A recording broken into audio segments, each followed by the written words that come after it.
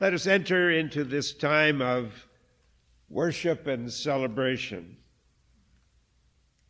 In the safety of this sacred place, we are invited into a time of gratitude, reflection, renewal, and hope. Come in, bringing all of who you are. Calm your hurried pace. For this hour, let the cares, the fretfulness, and worry be set aside. Know that you are not alone. There is strength and caring support for you here. Let us quietly reflect on these words.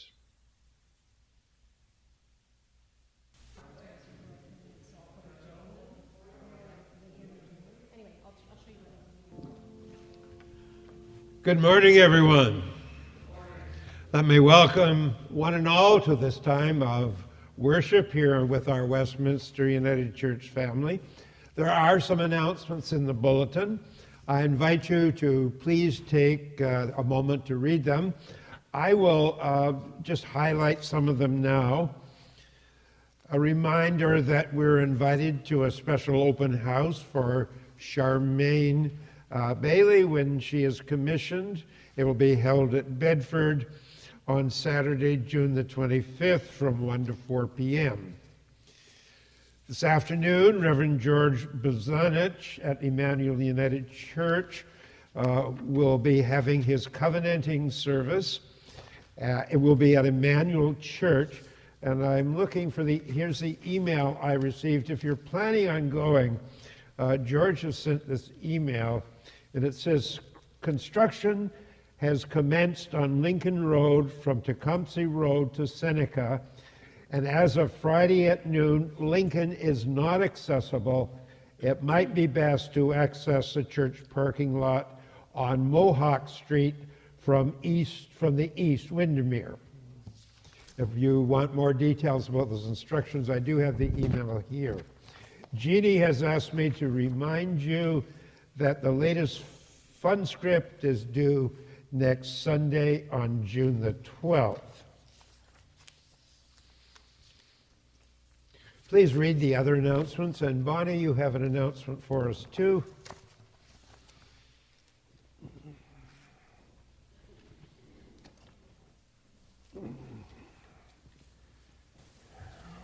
Celebration of Life. The celebration of life for Marva Bassi will be held here at Westminster United Church next Saturday. That's June the 11th at 10 a.m. There'll be followed by coffee and tea in the hearth room where you can come and share your memories of Marva with her family. Thank you.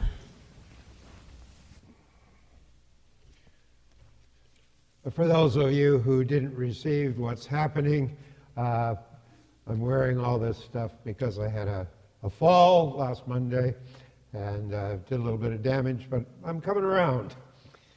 The other announcement I want to make is that we'll be celebrating communion this morning.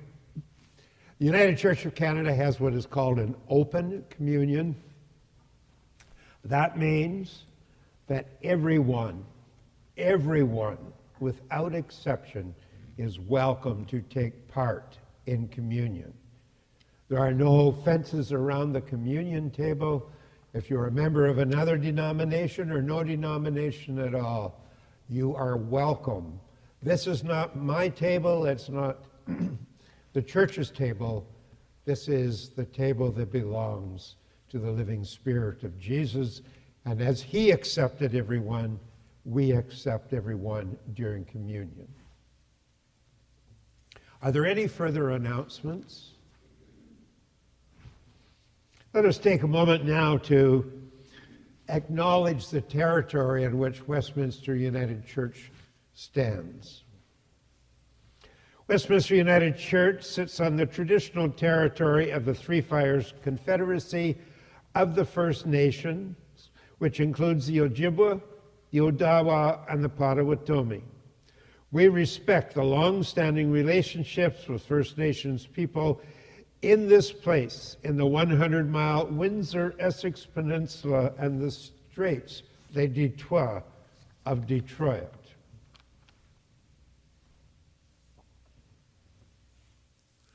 Come and listen to the stories of faith and trust from long ago. Come and celebrate the spirit of life within us and among us now. Come and dream of exciting new possibilities for your life and the whole wide world. Come and join generation after generation, worshiping God and celebrating life.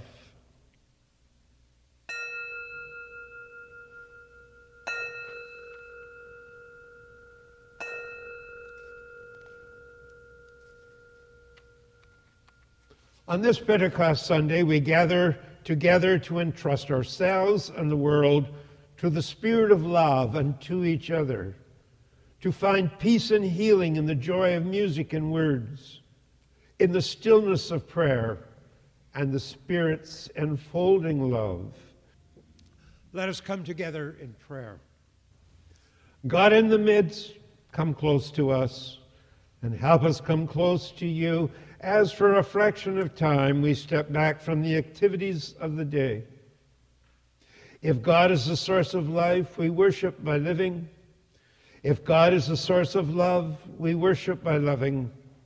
If God is the ground of being, we worship God by being more fully human, the embodiment of the divine.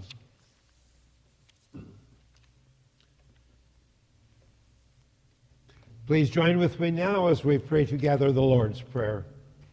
Our Father, who art in heaven, hallowed be thy name. Thy kingdom come, thy will be done on earth as it is in heaven.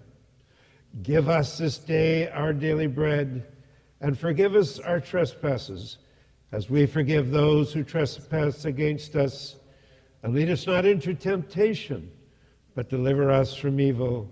For thine is the kingdom, the power, and the glory forever and ever. Amen. Good morning. Our first reading from the Hebrew Scriptures is Psalm 104. So it's at page 826 in Voices United. Praise, O God, my soul. Eternal God, you are great indeed. You clothe yourself in the light like a garment. You spread the heavens like a tent. You lay out the beams of your dwelling on the waters above. You make the clouds your chariot and ride on the wings of the wind. You make the winds your messengers and flames of fire your servants. You fix the earth on its foundations so that it can never tremble. You cover the earth with the ocean as with a cloak. Where the waters covered the mountains, they fled at your rebuke. At the sound of your thunder, they took flight. They flowed over the mountains, ran down the valleys to a place that you had appointed for them. There you set limits not to be passed, that they might not again cover the earth. O God, how manifold are your works. With wisdom at your side, you made them all. The earth is full of your creatures. There lies the great and mighty sea, teeming with living things, both great and small. Upon it sail the ships, and there is Leviathan, the monster you made to play in it. All those look to you to give them their food in due season. What you give them, they gather up. When you open your hand, you fill them with good things. But when you hide your face, they despair. When you take away their breath, they die and return to dust. But when you send out your Spirit, they live again, and you renew the face of the earth. May your glory, O God, endure forever. May you rejoice, O God, in your works. When you look at the earth, it trembles. When you touch the mountains, they smoke. I will sing to God as long as I live. I will praise my God while I have being. Our New Testament reading is from Acts 2, verses 1 to 21. When the day of Pentecost arrived, they all met in one room. Suddenly they heard what sounded like a violent, rushing wind from heaven. The noise filled the entire house in which they were sitting. Something appeared to them that seemed like tongues of living fire. These separated and came to rest on the head of each one. They were all filled with the Holy Spirit and began to speak in other languages as she enabled them. Now there were devout people living in Jerusalem from every nation under heaven, and at this sound they all assembled. But they were bewildered to hear their native languages being spoken. They were amazed and astonished. Surely all these people speaking are Galileans. How does it happen that each of us hears these words from our native tongues? We are Parthians, Medes, Elamites, people from Mesopotamia, Judea, Cappadocia, Pontus, Asia, Phrygia, and Pamphylia, Egypt, and all parts of Libya around Cyrene, as well as visitors from Rome, all Jews or converts to Judaism. Cretans and Arabs, we hear them preaching, each in their own language, about the marvels of God. They were all amazed and disturbed. They asked each other, "What does this mean?" But others said mockingly, "They've been drinking too much new wine." Then Peter stood up with the 11 and addressed the crowd. "Women and men of Judea, all of you who live in Jerusalem, listen to what I have to say. These people are not drunk as you think. It is only 9 o'clock in the morning. No, this is what the prophet Joel spoke of. In the days to come, it is our God who speaks. I will pour out my spirit on all humankind. Your daughters and sons will prophesy. You young people will see visions, and your elders will dream dreams. And even the most insignificant of my people, both women and men, I will pour out my spirit in those days, and they will prophesy, and I will display wonders in the heavens above and signs on the earth below, blood, fire, and billowing smoke.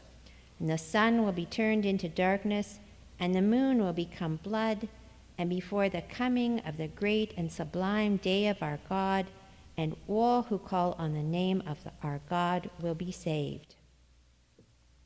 The first contemporary reading, entitled Pentecost Flame Unfolding Light, is a poem by Steve Garnass-Holmes based on Acts verse 3. Not little candles, but furious furnaces, volcanoes of love, burning as in you right now. Every heartbeat, God's arson of the soul. Each breath, the Spirit's hurricane, a fire with compassion, a dynamo, power enough to blow you out into the world and do miracles. Trust this when you feel small and fragile, the flaming sun within. The second contemporary reading is a poem by Mary Oliver entitled "The Spirit Likes to Dress Up." The Spirit likes to dress up like this: 10 fingers, 10 toes, shoulders, and all the rest, at night in the black branches, in the morning in the blue branches of the world. It could float, of course, but would rather plumb rough matter, airy and shapeless thing. It needs the metaphor of the body. Lime and appetite, the oceanic fluids. It needs a body's world, instinct and imagination, and the dark hug of time, sweetness and intangibility. To be understood, to be more than pure light that burns where no one is. So it enters us in the morning, shining from the brute comfort like a stitch of lightning, and at night lights up the deep and wondrous drowning of the body like a star. Thank you, Marion. Let us take a moment to reflect on these readings.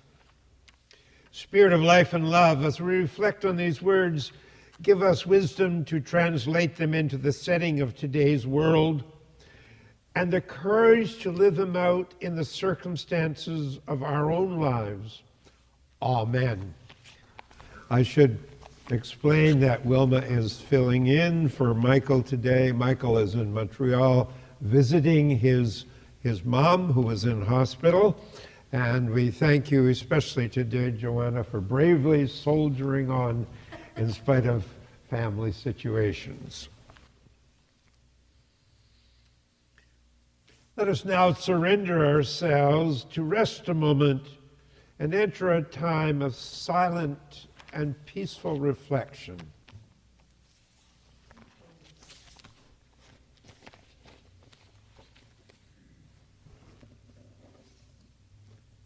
Amen.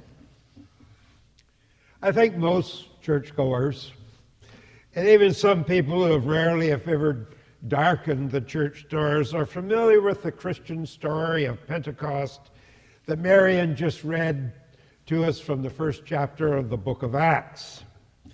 Most congregations these days remember this story as the birthday of the Christian church, a time to celebrate when the church was born. And many will remember, too, in the second chapter of Acts, Luke, the author of Acts, tells us about what happened after the disciples and the followers of Jesus had the Pentecost experience. They put their faith in action, says Luke, through compassionate service to others and in the pursuit of social justice. And all of that is true enough, for sure. But for those who follow Jesus today, Pentecost is more than just one big old birthday party. The fact is, Pentecost, or better yet, I suppose, Pentecost faith is an ongoing kind of thing. Pentecost is something that happens all the time. Pentecost is something that happens in the world right now, and more to the point, perhaps, Pentecost can happen right here, right now. To explain what I'm trying to get at this morning, I'm going to share with you a modern Pentecost story. Her name is Sarah Miles. A few years back, you may have heard Mary Hines interview her on CBC Radio 1's program, Tapestry. Anyway, Sarah Miles grew up in an atheist family. Not just any old, ordinary, run-of-the-mill, garden variety type of atheist family, but a family in which religion was ardently shunned. Later, during her adult life, Sarah Miles was enthusiastically and happily living as a secular intellectual, living as a religious skeptic, a lesbian activist, a restaurant chef, and a left-wing journalist who traveled all around the world covering political and military revolutions. And then something strange happened. One winter morning, entirely on a whim, or perhaps out of a sheer sense of curiosity, Sarah Miles walked through the doors of St. Gregory of Nyssa Episcopal Church in San Francisco. Here's what she has said about what happened in one of her own books, and I quote, "I was certainly not interested in becoming a Christian, or as I thought of it then, rather less politely, a religious nut." End of quote. But while this educated, sophisticated, well-traveled, and worldly wise woman was there in St. Gregory Episcopal Church, she participated in the sacrament of Holy Communion. And as a consequence of that sacramental ritual, she had a powerful spiritual experience. She found herself radically transformed. Here's how she describes what took place that day. Again, I am quoting from one of her books. One cloudy morning when I was 46, I walked into a church, ate a piece of bread, and took a sip of wine. A routine Sunday activity for tens of millions of Americans, except until that moment I'd led a thoroughly secular life, at best indifferent to religion, more often appalled by fundamentalist crusades. This was my first communion. It changed everything. And it should be noted, too, that somehow, mysteriously, the sacrament of Holy Communion has continued to sustain Sarah Miles in the Christian faith, in a faith that she had once scorned, and in work Sarah Miles had never, ever imagined. For her, this was an unlikely conversion. Her becoming a follower of Jesus in today's changing and churning world has never, ever been about angels. It's never been about piety. It's never been about following religious rules and regulations. Her unlikely conversion, her becoming a follower of Jesus, has never been about good theology or good behavior. Instead, Sarah Miles' faith was and still is a Pentecost faith. A faith that compels, indeed, drives her to serve others, drives her to be an ardent advocate for the revival of social justice within a tradition-bound church and in the world. Sarah Miles' faith is a Pentecost faith. It's a Pentecost faith because she is spiritually on fire, incarnating, embodying, and making real to countless other people the radical love Jesus had for the poor and the dispossessed, for the downtrodden and the marginalized. Hers is a faith that is about real hunger, real food, real human bodies. You see, not long after she had her first communion, Sarah Miles turned that tiny piece of bread she ate in that sacramental ritual into tons of groceries to be given away, and they were piled high on the altar of the church where she had received her first tiny piece of bread and her first little sip of wine. Or to put this in more practical language, after Sarah Miles' conversion, or better yet, I suppose, after God's call to her to serve others and to strive for social justice, she established a food pantry at St. Gregory of Nyssa Episcopal Church in San Francisco. And this food pantry has literally, quite literally, provided hundreds of poor and elderly and sick and deranged and marginalized people with life-sustaining, indeed at times life-saving food. And just as important, for the first time in their entire lives, the folks who came to that food pantry had a sense of belonging, really belonging to a community, to a family. Within a few years, the loaves had multiplied. And the relentless force of this zealous, spirit-filled woman, along with the help and support of the people she served, started more food pantries, a dozen of them throughout San Francisco and area. The way Sarah Miles runs these pantries is exceptional, and for some people inconceivable, even undesirable. She insists on what amounts to a no questions asked policy. No proof of need is ever required. No proof of residency is requested. No social insurance number. No signature. Nothing. just as she was welcome to freely receive the bread and the wine at the communion table, along with strangers and without regard to her family or her spiritual or her other background, including her non-religious one, Sarah welcomes others, all strangers, to the table, to the pantries, and they are given food.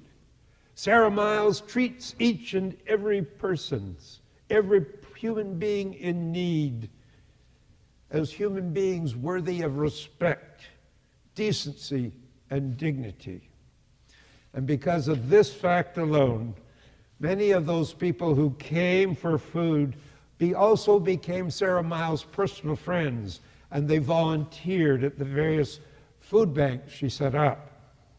It should be noted, too, that those who receive the food, those who volunteer, for them, there is no litmus test. They are welcome. They are welcomed as volunteers in those food pantries. Race, gender, sexual identity, sexual orientation, nationality, education, religious beliefs, culture, homelessness, none of it matters. Everybody volunteering is welcome in the group, and everybody is on an equal footing. Just as noteworthy, this outpouring of unconditional love has empowered people. And many of them were empowered in their lives for the very first time. But that's not all. Not at all. There is something more and equally important to Sarah's faith. She's not only fed hungry people, but she has prayed with them. She has blessed them. She has given them hope when they were going through terrible times. She has trudged through the rain in housing projects. She has wiped the runny nose of a psychotic, homeless man. And once she even stored a battered woman's .375 Magnum in a cookie tin in the trunk of her car. And as you might guess, there is simply no end to the struggles she has had with her scornful, near-militant atheist family and many of her doubting friends. But there's even more yet to Sarah Miles' story, even more to Sarah's Pentecost faith. You see, she goes beyond food pantries. She goes beyond mere social service. Like the early Christians described by the gospel writer and writer of Acts in chapter 1 and 2, Sarah Miles passionately advocates for a revival of social justice within a tradition-bound and often complacent institutional church. She preaches social justice to American society, and that is just part and parcel of her Pentecost faith. For example, Sarah has radically and publicly challenged the wastefulness of North American society by calling attention to the shameful amount of good, nutritious food that's thrown in the garbage day after day, week after week, month after month, year after year. Yes, she's drawn attention to that wastefulness. She's also drawn attention to the amount of good, nutritious, edible food that's plowed under year after year by North American farmers. And it's also shameful, she says, when there are people walking the streets of our towns and our cities and our villages who are hungry and sometimes starving. In a nutshell, Sarah's social justice ministry has challenged the institutional church's complacency. It has challenged the scandalous politics of food, the economy of hunger,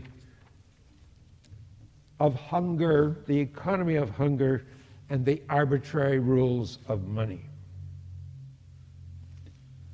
Sarah Miles' story shows us, I think, those of us gathered here this morning, that a Pentecost faith is an ongoing faith, that a Pentecost faith is a powerful faith, a fiery faith, a faith that changes things.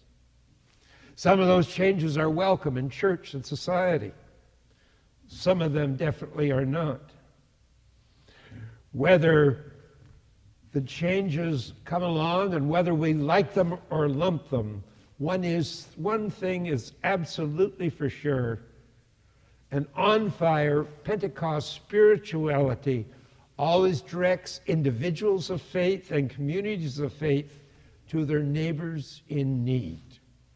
The point is, Sarah Miles' story is a real-life story. Sarah Miles' story is a modern-day Pentecost story. It's a story of compassion. It's a story of living and loving and serving those desperately in need. Sarah Miles' story is a Pentecost story because it's about reviving and advocating social justice. So my prayer for you today on this Pentecost Sunday in the year 2022 is this. Later during this worship service, as you eat a morsel of bread, as you take a wee sip of wine, may your faith catch fire. And like Sarah Miles, may you too experience Pentecost transforming, renewing, reviving, and revitalizing power. And may it drive you to make this world in which we all must live a better place. This morning, our responsive celebrations will begin with the presentation of our offerings. We will not be passing the plate. However, we will be bringing it to the front. Let us pray. Creativity, God, with our gifts we say thank you for all creation, from ugly toads to gracious butterflies, from startling storms to star-filled nights. We are grateful to be a part of all that is. Holy One, whose breath is our life and whose grace is our hope, receive the gifts we offer. Bless them that they may be faithfully lived out in hope and love. This we pray in Jesus' name. Amen. Please be seated. I invite you now to please turn in your bulletins to the celebration of the sacrament of Holy Communion. Welcome to this banqueting table. Enjoy the hospitality. Here we are reminded that all human beings are equal and that all life forms are to be respected. We give thanks for the gifts of the earth, for its love and its creativity. We do so because the sacred earth and all that is in it give witness to the spirit of life. We give thanks for the life and public ministry of Jesus of Nazareth, prophet, poet, and sage, for the memory of his subversive proclamation of the commonwealth of God and his radical loving kindness. He taught that compassion is the heart of God, and he practiced equality in the simple act of table fellowship.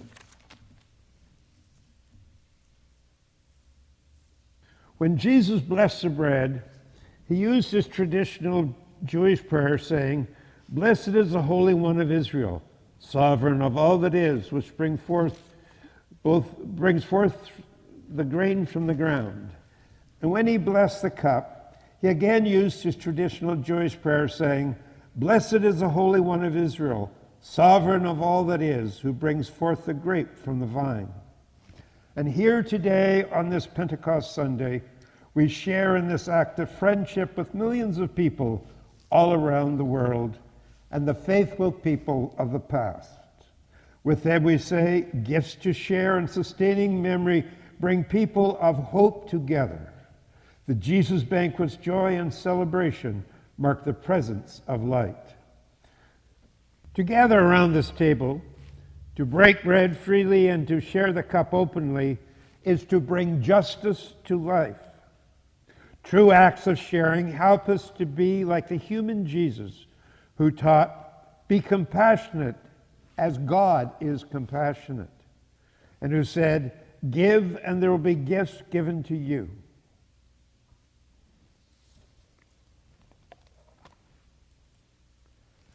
Like Jesus, we take the bread and we break it. This bread is for our journey. Take and eat.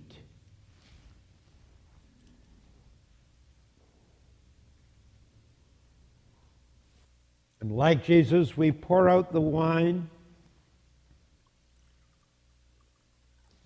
This is wine for our life. Take and drink. Let us pray. Thank you, living Spirit of Jesus, for this banquet, for this feast of life. Here this morning we have been fed by the bread of loving compassion, strengthened by the wine of Jesus' life and teachings, as well as encouraged and challenged by the vision of the Pentecost Spirit, which has been laid on our hearts, minds, and lives. Let me take this moment to thank everybody for taking part in this morning's worship service. That goes to all who participated this morning and also to those who are behind the scenes. With your support, even though some family members suggested I should take it easy and not be here, with your support and your help, I knew I could do it. So thank you very, very much. The time has now come for us to leave the celebration of Pentecost and Holy Communion. So let us go back into the world to proclaim the way of Jesus. For today the Spirit of life has commissioned us to feed as we have been fed, forgive as we have been forgiven, love as we have been loved, and to be as compassionate as God is compassionate.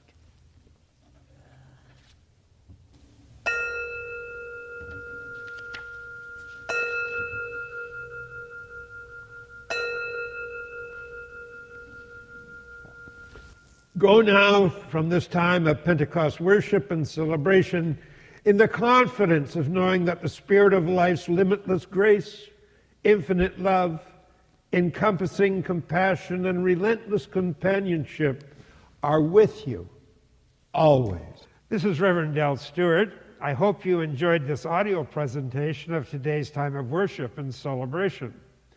If you did, please click the like button. You can also click on subscribe to make it easier to find our channel, and click the bell to receive a notification each time a podcast becomes available. Peace and joy now from Westminster United Church in Windsor, Ontario.